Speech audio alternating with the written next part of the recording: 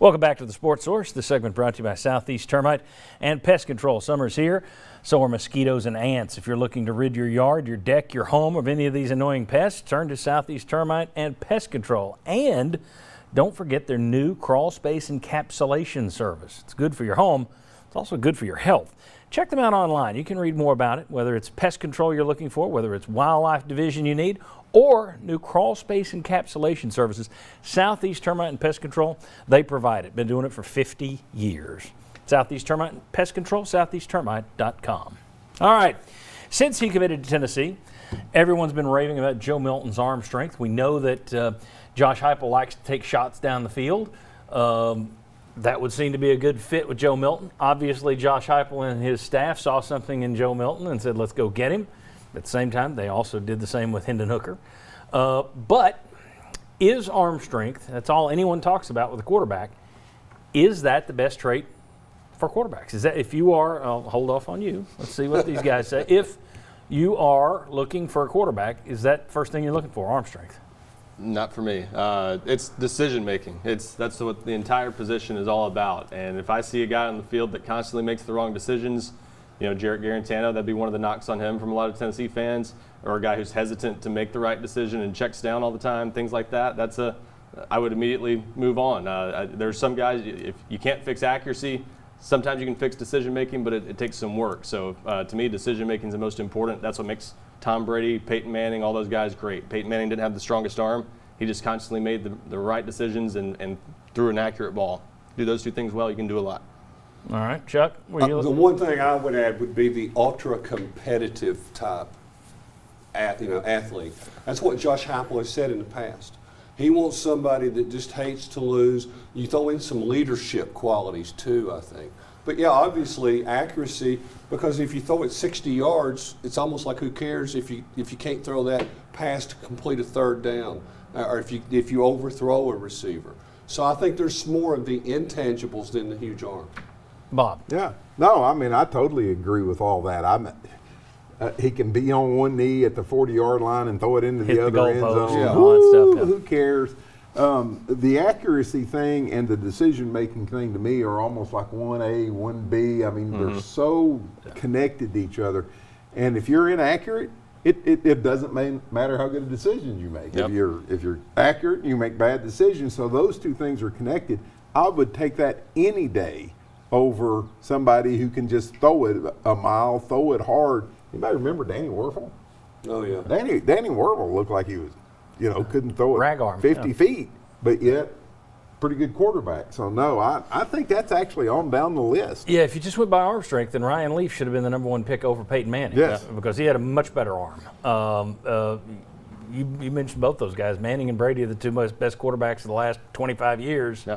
Well, I guess you'd throw Aaron Rodgers in there, but I would put Manning and Brady both ahead of Aaron Rodgers, and neither one of them have the arm of Aaron Rodgers. So I just, not to mention the fact that how many times do you need to throw the ball 70 yards in a game? I mean, I understand you want to take deep shots. We saw Harrison Bailey throw a couple of nice deep balls in the spring game.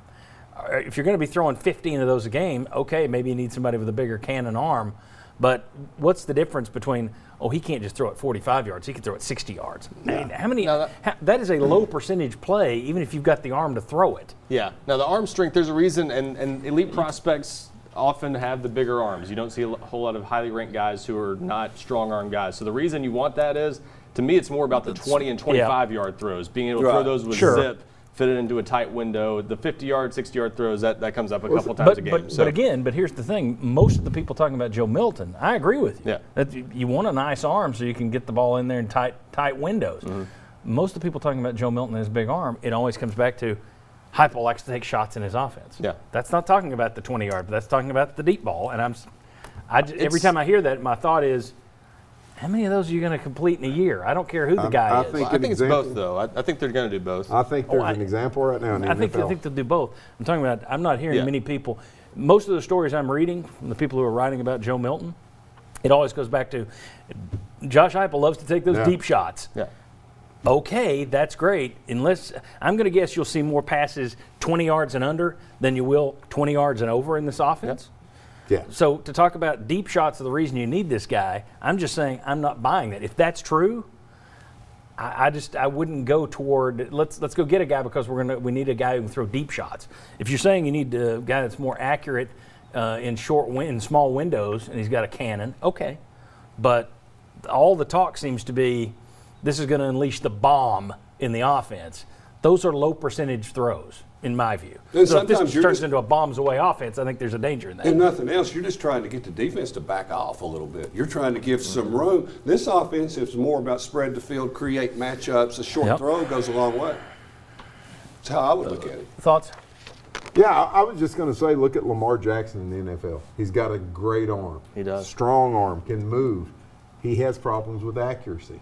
So once again, those things, and he seems to be able to see where to throw the ball pretty well. But lots of times he throws it to the right guy, and the right guy wasn't there watching the ball sail over his head. Right. So, there's an example of a guy who's got all the athletic ability, he's got all the arm strength, he can read a defense, but he's inaccurate. So when you come down through there, all these things matter.